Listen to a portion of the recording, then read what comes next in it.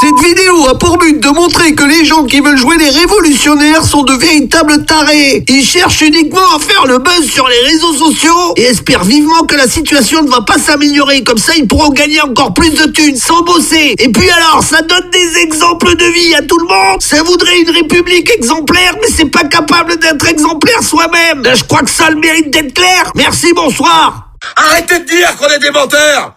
Arrêtez! Et nous commençons notre histoire avec l'achat de ce C4 Picasso d'occasion le 4 septembre 2023, aux alentours de 21h.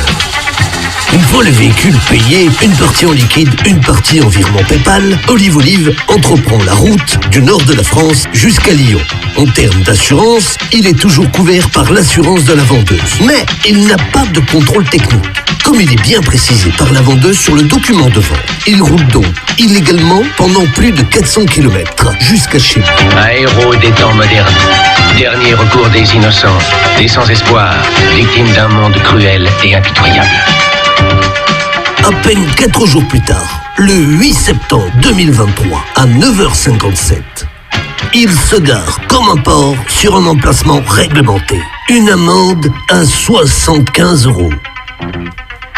Malheureusement pour l'ancienne propriétaire, les amendes commencent à pleuvoir régulièrement. Et pire, ayant déménagé, il faudra attendre des mois avant qu'elle soit mise au courant de ces amendes. Et c'est à ce moment-là qu'elle apprendra qu'Olive n'avait toujours pas mis la carte grise à son nom. Mais ce n'est pas le seul problème.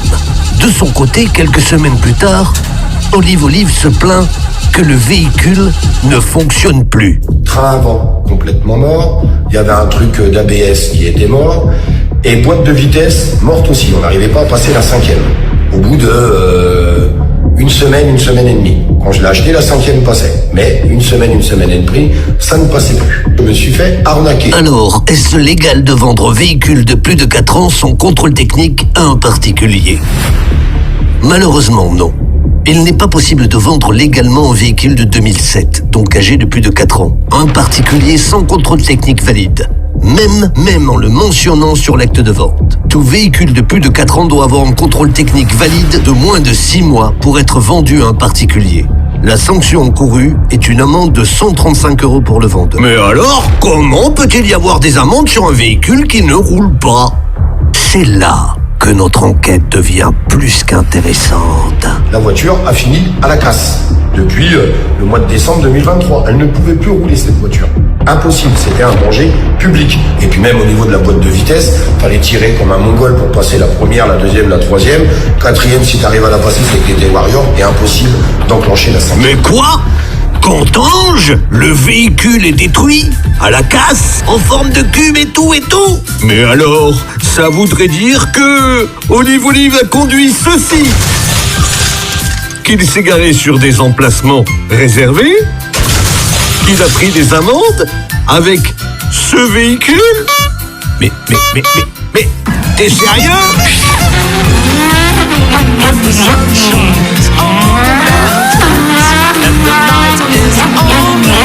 Alors ce véhicule a-t-il été véritablement détruit en décembre 2023? Les internautes ont rapidement trouvé la réponse.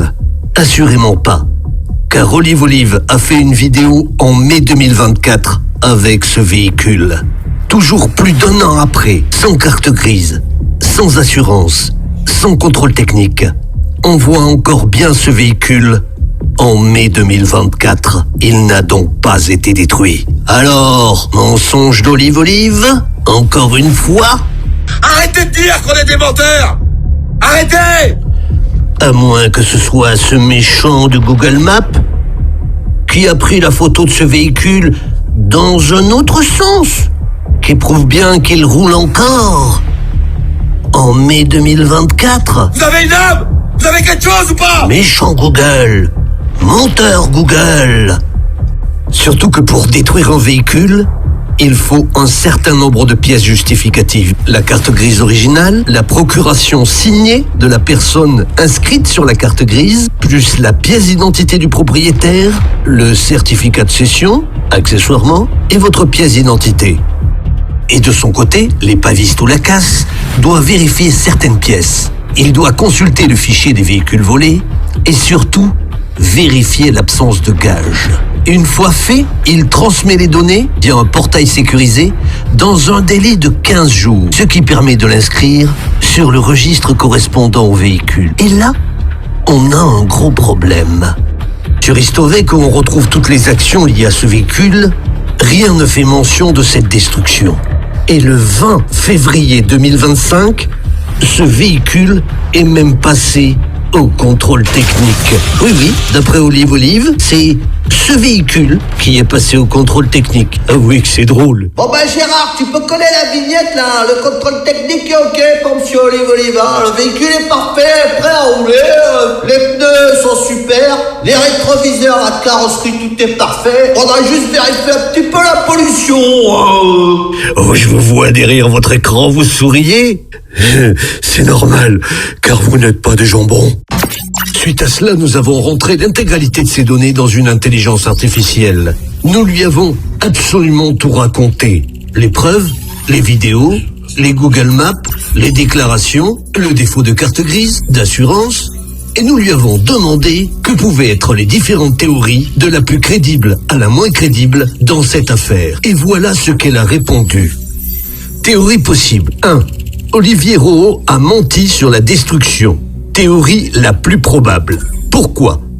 Éviter les dettes, cacher une revente illégale, contourner une interdiction de circulation. Preuve accablante. Contrôle technique en avril 2024. Un véhicule détruit ne peut pas passer le contrôle. Absence de radiation sur Istovec. La destruction n'a jamais été déclarée. Vidéo TikTok de mai 2024. Preuve qu'il possédait encore le véhicule.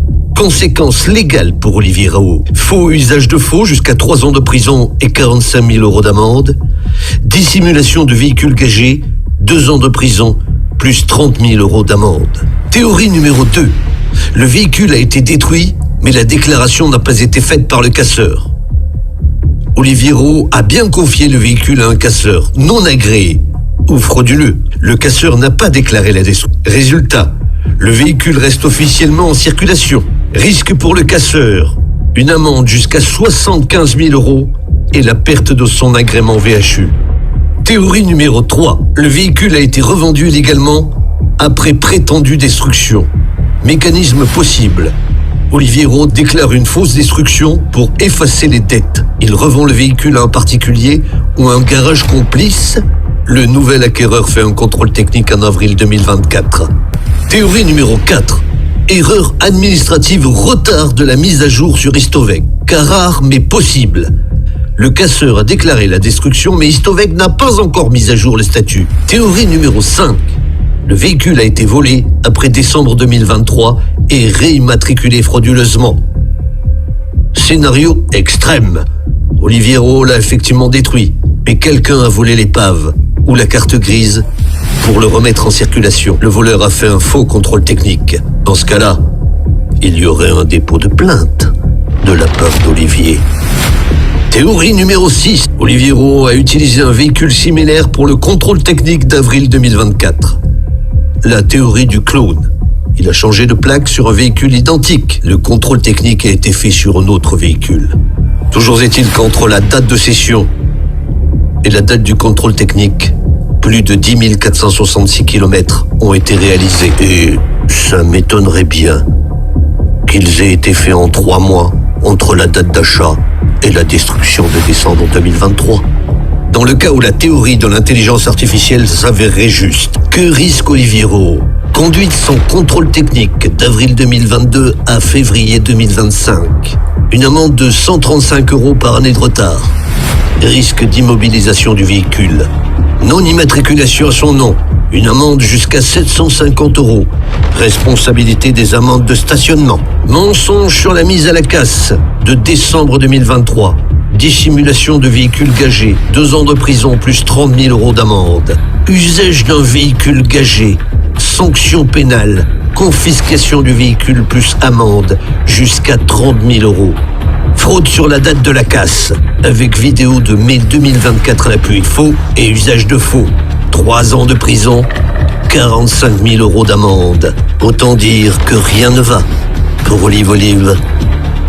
Dans cette affaire, Après avoir été déclaré en faillite personnelle pendant 5 ans, avoir été condamné à être inéligible pour 3 ans, une nouvelle condamnation lui pendrait-il au nez? Donnez votre avis en commentaire.